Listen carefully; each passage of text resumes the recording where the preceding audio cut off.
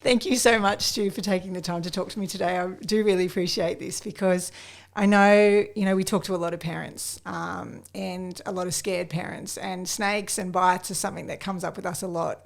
And what we hope to do and what we try and do is try to empower people and give people some knowledge and facts about things so that we can kind of try to dispel some of that fear and then give them some practical tips about how to actually act in these situations. So as I was saying to you before, living in Sydney for a lot of years, I wasn't too worried about the snakes, but now here on the Sunshine Coast. Yeah, totally different story, isn't it? Different story. They are everywhere. And I guess that's the thing, hey, it's like, people don't need to fear snakes, but they've got this reputation, and it's probably from hundreds and hundreds of years of just being this evil, ugly monster that tears through communities and eats children and all this sort of rubbish, which absolutely none of it is true. And it's exactly like you said, it's all about educating.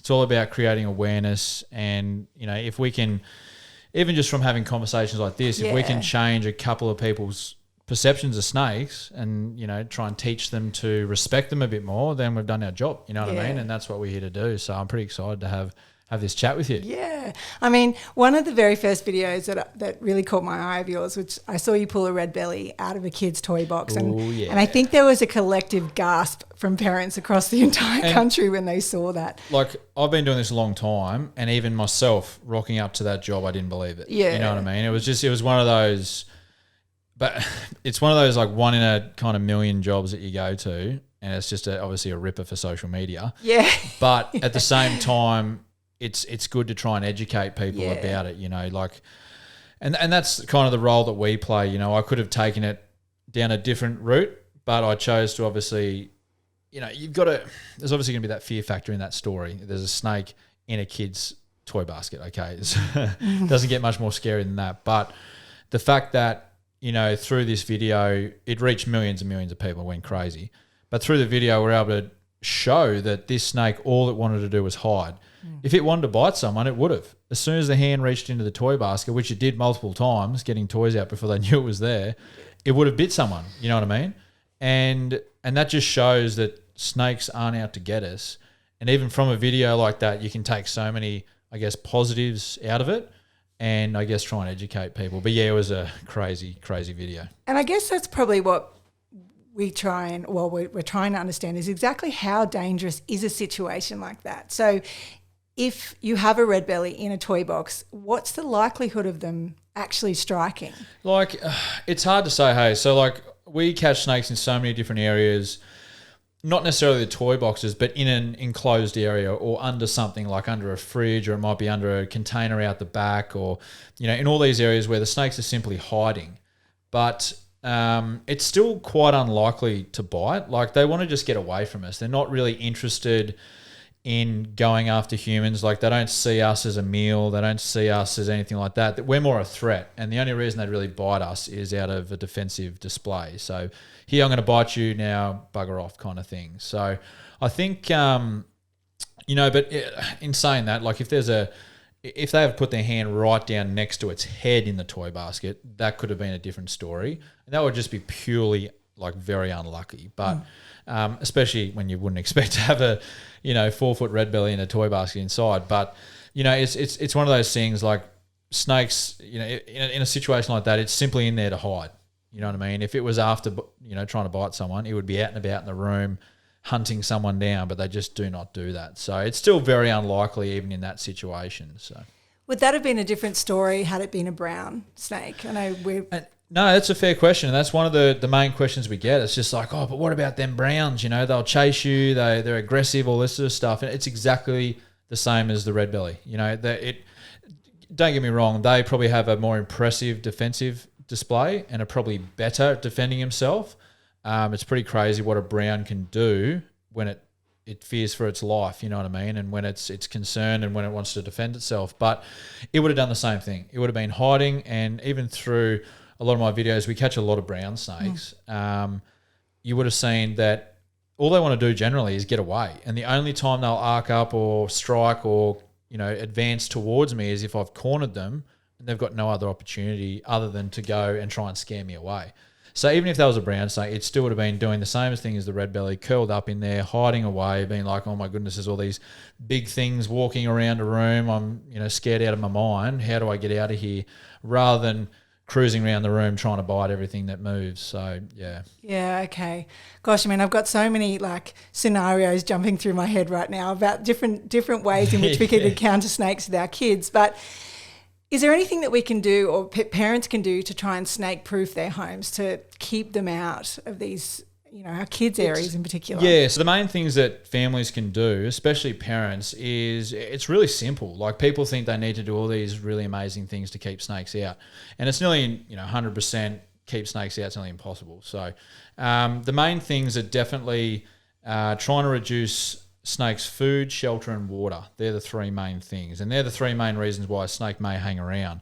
And that's another thing, just while we're talking about that, snakes aren't necessarily territorial. A lot of people think that they are. They won't defend a territory. So if a snake sort of lived they can have a home range, but it doesn't necessarily defend that home range. Like, if you have a brown snake in an area and a carpet python comes in, the brown snake's not going to chase the carpet python off. It doesn't work necessarily like that. But they can have quite a big home range, which they move between, and depending on where the food is, the shelter, if it's a male chasing a female during breeding season, so many factors that can, I guess, affect their movements.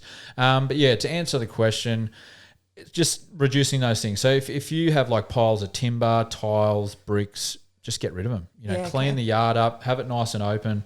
Don't let, the yard get overgrown, because if you have nice gaps between your plants and that sort of thing, it's open. So when a snake's moving through, because you can't keep them completely out, when a snake comes in, it's more likely just to keep on moving through if there's nowhere to hide and there's no food source and no water source from it. So, we're not asking people to necessarily have a concrete jungle in their backyard and have no plants at all. But, you just have to be smart. We go to so many houses, hey, and it's just crap everywhere. Yeah, right. Just stuff. And they're like, how do I reduce snake numbers? How do I keep them away? It's just honestly, have a look around. This is just a snake jungle. You know what I mean? You just need to do those simple things. And people who want to have chicken coops and want to have, guinea pigs outside and that sort of stuff, those things attract rodents because of the feed. And also a big python or something like that will eat a chicken and potentially eat a guinea pig as well. So just got to be smart about it. But like I said, if you do everything right, and if a snake does enter your yard, and we're not needed all the time, snake catchers, you can just sort of stand back and watch it, keep pets and kids away, and it should just move on itself. But yeah, there are definitely instances where snake catchers are required, especially when it involves venomous species, especially when there are pets around. Generally, we recommend relocation anyway if you've got a dog or a cat, because the snake may move out the backyard and then 5 minutes later come back in the backyard and then have a confrontation with the dog, and that's the last thing you want. So, And I think if it's actually inside the home too, 100%, you're not going to if a snake's let inside, it walk off or run off or slide off. Yeah, it's pretty rare that if a snake's inside, you can leave. You can just leave the situation. Sometimes people have left the door open. They're like, "Oh, we'll just give it 5 minutes because it's kind of heading towards a sliding door." I'm like, "Righto," but then sometimes it can work, but then sometimes it can go into even worse position. We've had them go, behind kitchen cupboards. We've had them go under the dishwasher, up into dishwashers. Anytime it's inside, we're like, nah, we need to come out because I've just seen it go bad, worse, quite quickly. So yeah, it's all. And when I say worse, I mean not putting them in danger, but just the snake gets into a tougher position to try and catch it. To get out, yeah. Yep. I mean, I look at my kids' toy room and I think if there was a snake in here, it's impossible. It would take you guys hours to pull everything out. And sometimes it does. Hey, we've cleared out whole rooms and then not found the snake. That's the word. It hasn't happened very often, but all it takes is the smallest of gaps. I remember taking. And I hope you don't mind me telling stories. No, not at all. I remember taking this whole room apart, and I was like, and they're like, they swear, and they showed me the picture. It was a baby eastern brown snake. I'm like, you're kidding. I cannot leave this house without finding it.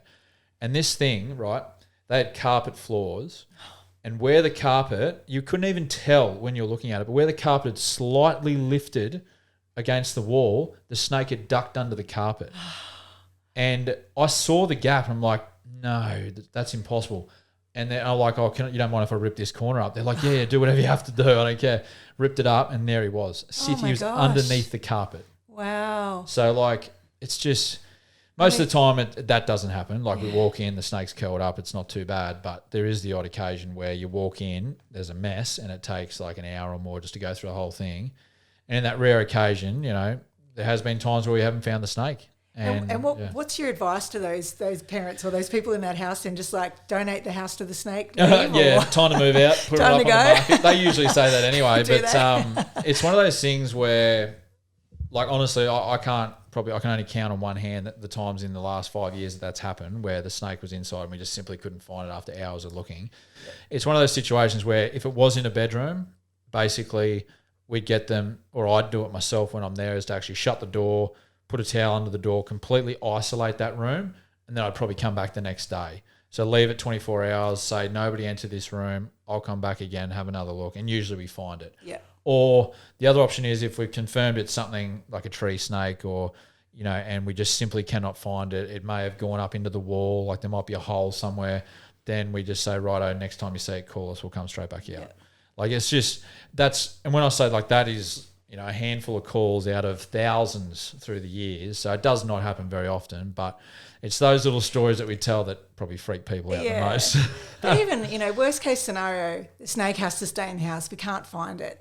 Most paramedics would agree that the amount of snake bites that we actually attend are few and far between. Oh, so, absolutely. There's barely any. And that's the thing, like, people think that people are getting bitten by snakes all the time, but it rarely happens, and people rarely die from snake bites. That's right, yeah. With I guess the advancements in antivenom and obviously first aid and all that sort of stuff, which is so important, and we're going to touch on that shortly, it makes all the difference. And like, people don't need to, you know, to fear snakes, even the fact that, yes, they can kill you, but anything can kill you. You know what I mean? If you really think about it. We're frightened about everything. But like, snakes are the least of your worries as a parent, you know what I mean? In my opinion, I'm not a parent, so I don't know. But well, I mean, the statistics don't lie. And I think that people should be reassured by that.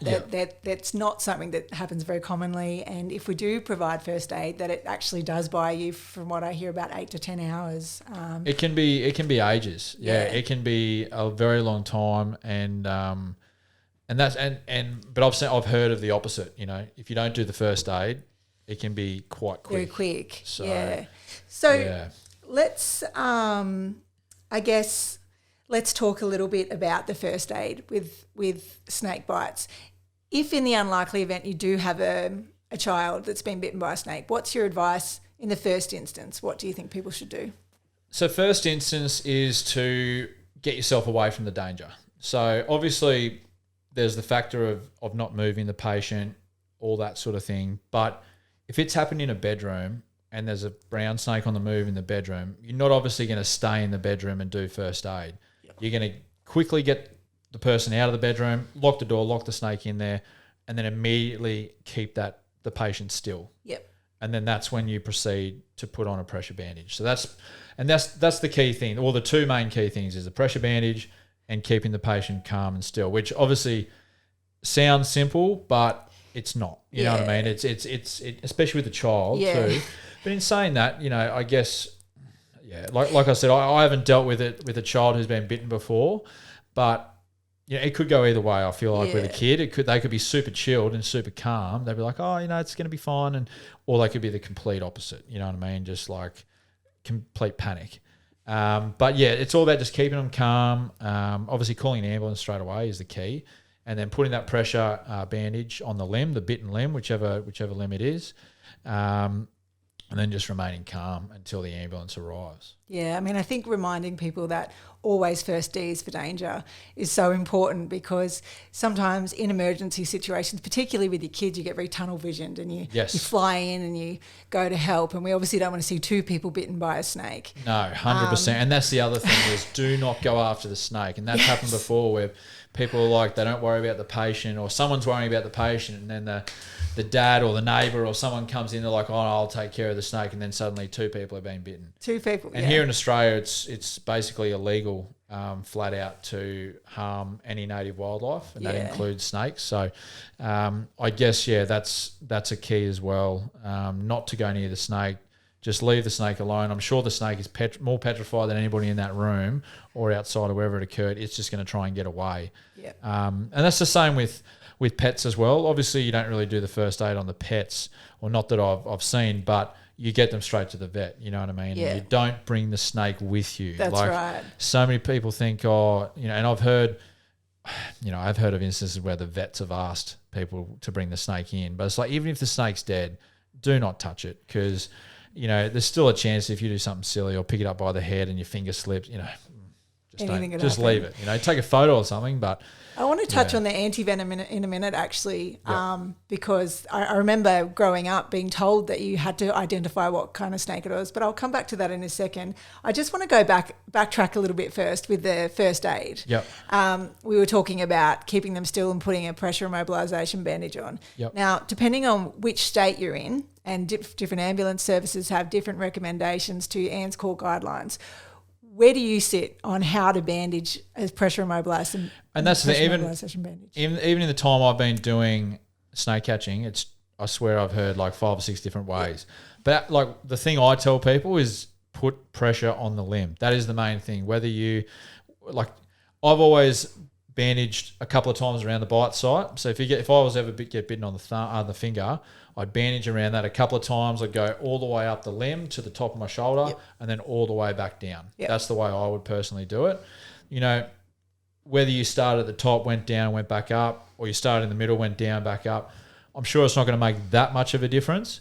But I personally would bandage the bite site first, because put the pressure on that. That lymphatic system can isolate it, hopefully, and then bang, do the rest of it. It only take a couple of minutes.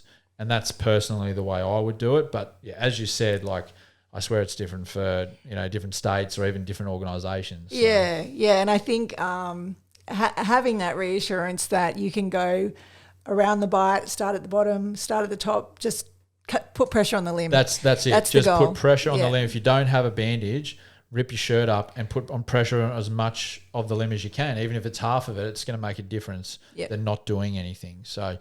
it's all about just putting that pressure on the limb. And then keep them still at all costs. Sit on them, Absolutely. bribe them, iPads, lollies, whatever it takes. Just do whatever it takes and just keep them still, try and keep them calm.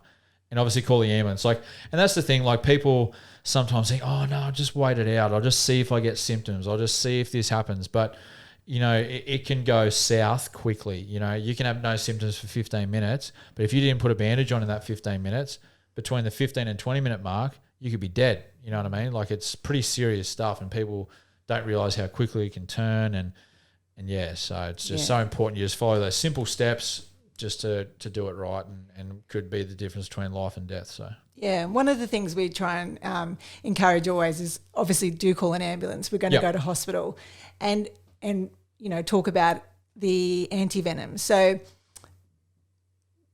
obviously what I was saying before about we used to be told you had to figure out what kind of snake it was so that the right antivenom was given to you. That's changed, hasn't it? Yeah, so I think pretty much now, because I've never been bitten, touch wood, by a venomous snake, so I haven't had to go through the process. That surprises me.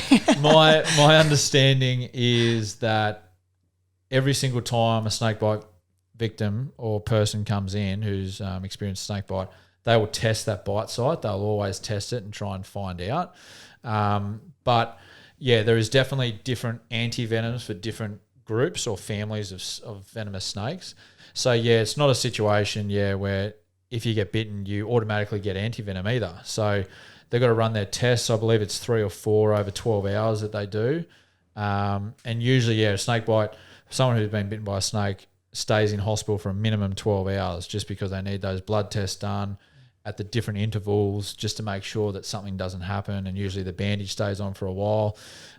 It's also pretty key to mark the bandage too. I might just add that to our last bit, just because, once the bandage on, just get a text or a pen or something and just sort of put where you remember the bite site being, just so it's easy. Because you never know, if you're by yourself, if I was ever bitten and I'm by myself, I might wrap the bandage, but then I don't know how I'm going to react. I might pass out, you know what I mean? And then after I've called the ambulance, or even it might happen to anybody, they might pass out. Yep. And then once you go in, or you might have severe symptoms straight away, even after you put the bandage on. Just different people react differently. So it's important that, once, they want to be able to access the bite site without taking the bandage off, because if they take the bandage off, it could go south quite quickly. So marking the bite site's pretty important. So yeah, so I just want to recap then for everyone what you've been saying. So the first is D's for danger. We're going to keep ourselves and our child away from the danger. 100%, yep. Then we're going to keep them nice and still, or as still as possible.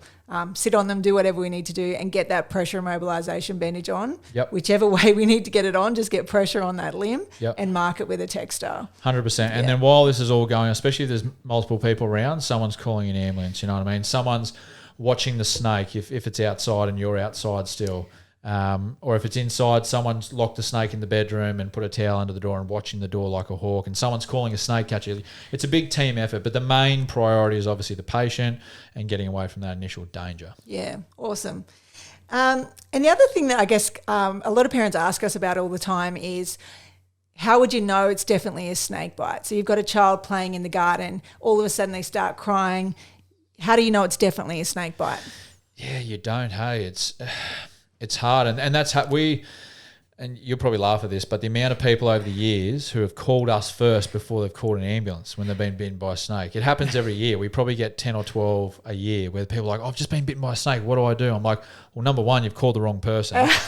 Hang up with me, put a pressure bandage on and call an ambulance, and then I'll call you back in 5 minutes to talk about the snake situation or get someone else to call me. Yeah. Don't worry about me yet. Call the ambulance, worry about yourself. Priorities are skewed. Yeah. So, and that's the thing, like, we've had people call us and they're like, I was walking through the garden, I felt a prick on my ankle. I can see there's only one bite, there's only one dot of blood there, and I'm not feeling anything yet. I didn't see a snake, but is it a snake? I'm like, I don't know.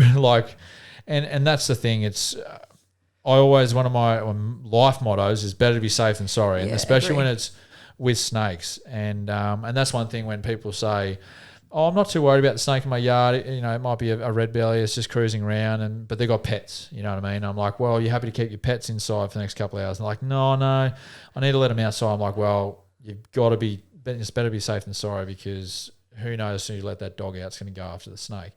And that's the same with anything. Like, if you're wrong, yeah, that's better than being, if you're wrong about, I should reword this. I meant, if you're wrong and you weren't actually being bitten by a snake, you're going to be fine. But if you're wrong the other way and you were being bitten, that's it right. could go very, very and bad. I think particularly with our children, particularly, our younger toddlers that maybe couldn't articulate what's happened. Yep. One of the things that we tend to encourage is always assume that it was. Yes. Let's keep them still, get a bandage on, let's go to hospital, Yep. and we'll wait it out. And we're lucky over here with the healthcare system that, Very. It's not going to cost you thousands of dollars, even if you're wrong and it wasn't a snake bite. You can still get in there. And that, I'm sure that happens all the time, and you'll be able to let us know that. Like, so many, and it's not a situation of the boy who cried wolf, I don't think, because it's a serious situation, and if a life saved, 1 in 100 that. There might have been 100 people who didn't get bitten by a snake, but that one person who was like, wasn't sure, but no, I'm going to go to hospital, and he lives because of that choice, then it's all worth it. You know what I mean? Yeah, I think the reality of the situation is that snake bites are very rare. We don't see them very often, but they do have the potential to be life-threatening, particularly for small children. Yes, So absolutely. We do live in a healthcare system that can provide that care. Yeah, so you may as well, and I'm not saying take advantage of it, No. and don't be calling an ambulance every time you get a scratch when you're outside. But if there's any doubt, or if you thought you saw a snake, or if you stood on a snake and you weren't sure you got bitten, you just put a bandage on and call an ambulance. You know what I mean? Yep. It's just do it. Like, Yeah. don't even hesitate. I think just because that day that you hesitate is probably the day that you were actually bitten. So. Yeah, I agree. And I think that's really good advice for parents that are, uncertain about that and not sure about how they should proceed. So what else did I want to ask you? The other thing, I guess, I suppose I wanted to maybe ask about some myths around snake behaviour during winter, because it is cooler now, and for some reason I had in my head that they just sort of disappeared in winter. And so do most people. Like 90% of the population think that snakes go off and hibernate in a cave like a bear and then come out 3 months later and run havoc on the community again. So especially here on the Sunshine Coast, it doesn't actually get that cold. You know, we probably think it gets cold, but we're pretty wussy up here. I was talking to my parents the other day. I was like -2 back home in New South Wales. So, you know, we're whinging when it's 14 degrees outside. So, so snakes, they will disappear, I guess, during those really, really cold days and stay sheltered. But if the sun's out like it was today, you know, we got a few calls today and just snakes on the move. We've even caught a few brown snakes the last few weeks. So, snakes will still come out. They'll still warm up. We've had a few snakes this winter even have a feed as well. We've had a couple of pythons eat possums, you know, which you just wouldn't expect because they actually require to be a certain temperature to be able to digest that food. But it doesn't take that long if there's a bit of sunlight and direct sunlight for a snake, you know, to warm up. So, yeah, definitely they do not hibernate. There's a technical term sort of called brumation. So it's similar to hibernation, but the activity levels just follow sort of the temperature and the sun and that sort of, and the warmth. So, you know, I'm sure during with animals that go into a state of hibernation, even if the sun's out, they stay in that state. Whereas with an animal like a reptile, which thermoregulates, they're going to regulate their body temperature with the environment. So if the environment warms up, you beauty, let's go out, let's warm up, let's maybe even get ourselves a feed. They'll regulate with the temperature outside. Okay. Warm days come out, cold days they'll stay in. But we've been out to a few jobs this winter where it's rainy and cold and pythons are just cruising around. So it's like you can't pick it sometimes. And with the pythons, sorry, I don't want to take up too much of your time, but I'm fascinated by all this. With the pythons, we see, you know, obviously you've got a lot of footage of pythons in homes and I've seen a couple of videos where pythons are going after the small pets. Yep. Do pythons pose the same threat to small children as they do to small pets? We get asked this a lot and I've got to be careful how I answer this. Okay. So if you had a 3.5 metre, as big as a carpet python here on the sunny coast gets, right, locked in a room with a baby, right, that python would probably eat that baby. But let's be honest. That's a terrifying thought. Maybe I shouldn't have started with that. That situation is probably never going to happen. Yep. A snake is not going to go out of its way to target a child as a food item. Like in the whole time I've been doing it, I have never heard of a situation. There was one up in Cairns but this was the media claiming that the snake went after the kid. Yeah. Now I wasn't there, so I don't want to go into it too much, so I can't really comment on it. But a lot of the stuff that the media reported didn't make sense in terms of snake behaviour. I know the story that you're referring to. Yeah, it was like a big scrub python that grabbed a kid while they were walking along a deck or something.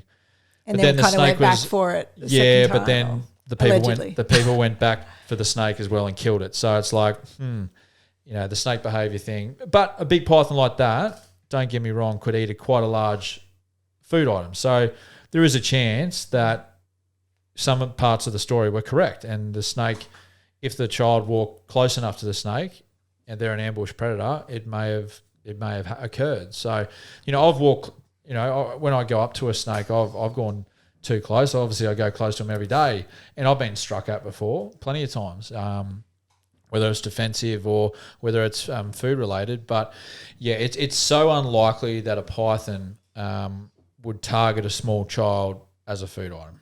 You know, it's just, you know, like when someone says, is it possible for a huge python to eat a baby?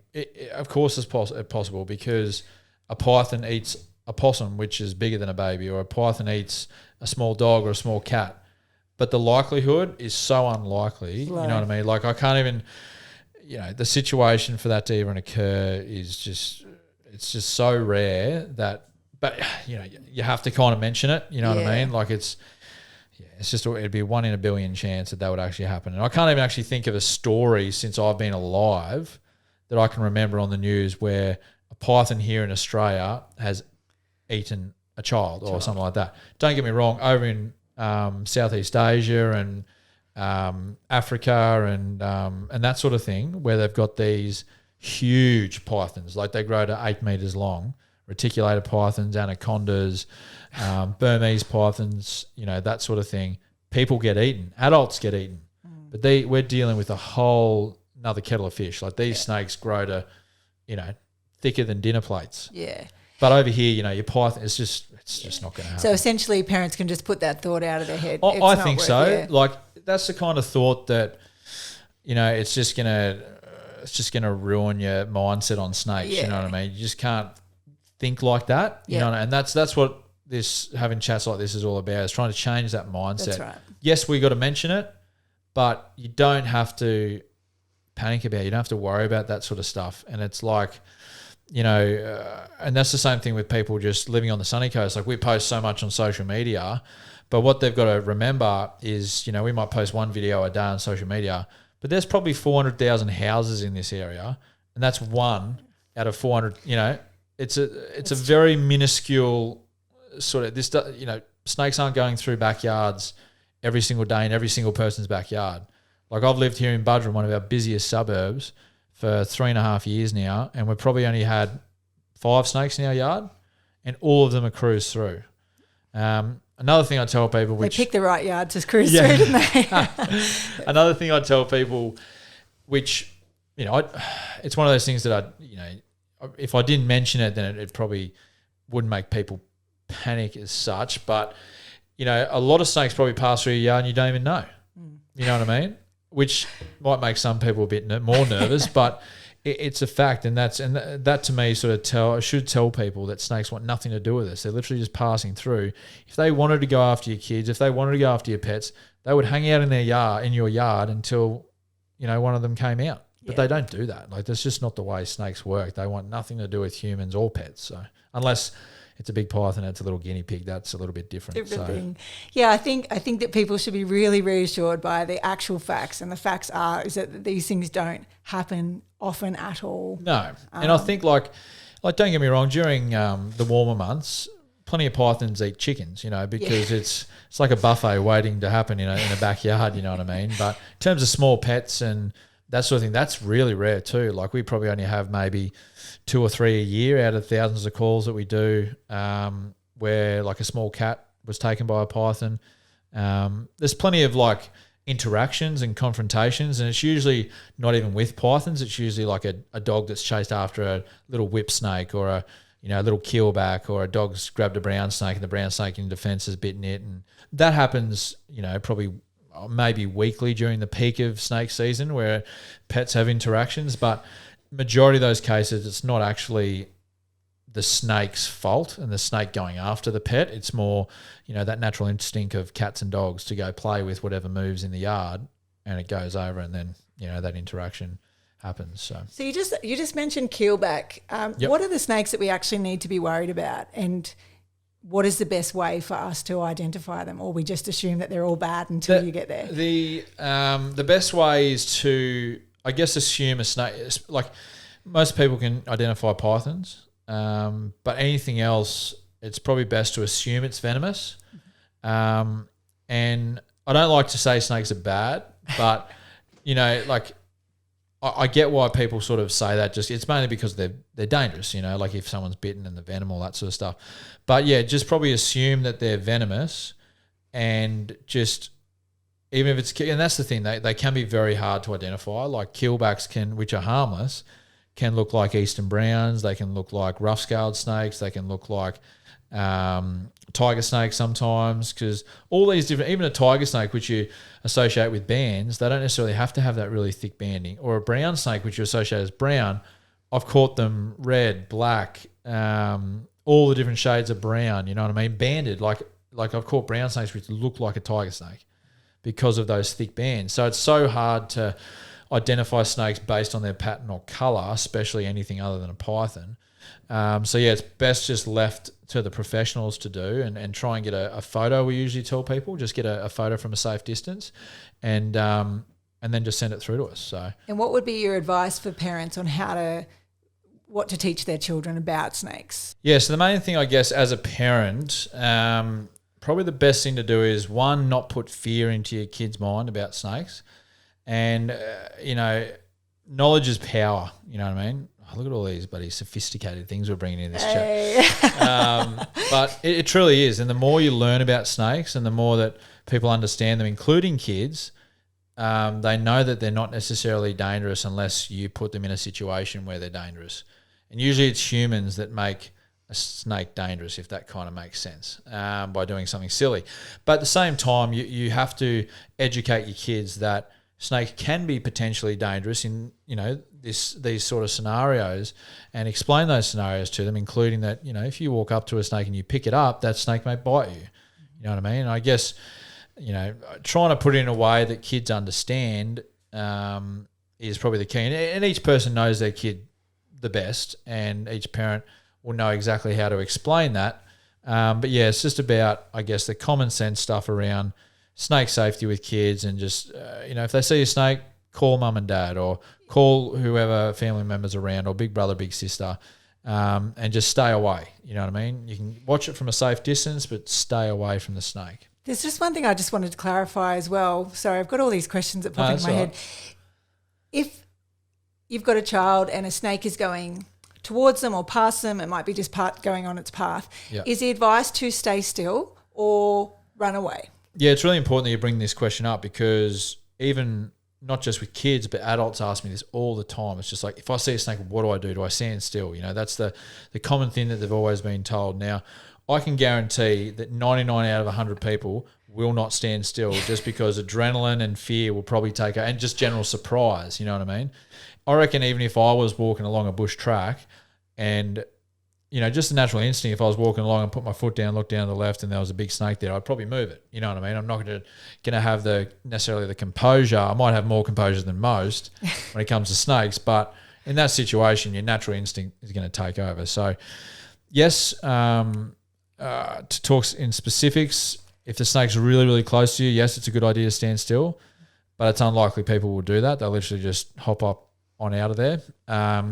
But yeah, if there's a situation where a snake's moving towards you and at a rapid rate, it's most likely trying to get somewhere behind you. There might be bushland behind you. It might be it's a hole that it's been, living in for a week or two, or it might have a food item, or it can smell something behind you. That's why it's moving that direction. That's why people think that a snake's chasing them, but it's not actually. It's just moving that way. Mm-hmm.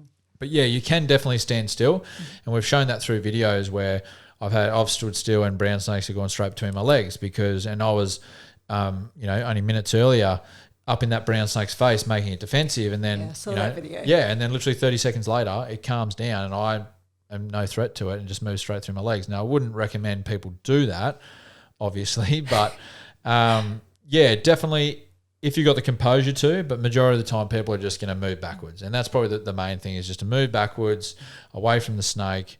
The snake probably in that time will already be disappeared the other direction, because it's more terrified of you. Sure. So if you're walking along and a snake crossed your path, it's okay to backtrack. 100%, yeah. And it's just like, that's the main thing, like not to go near it, and just sort of walk away in the opposite direction, or run away or fly away or whatever you're going to do. I'm sure people, bloody lift off when they see a snake. So, that's the main thing. If you've got the composure to stand still when a snake's within like a couple of meters of you, then stand dead still. But most people won't. They'll just back off or run away. So, yeah.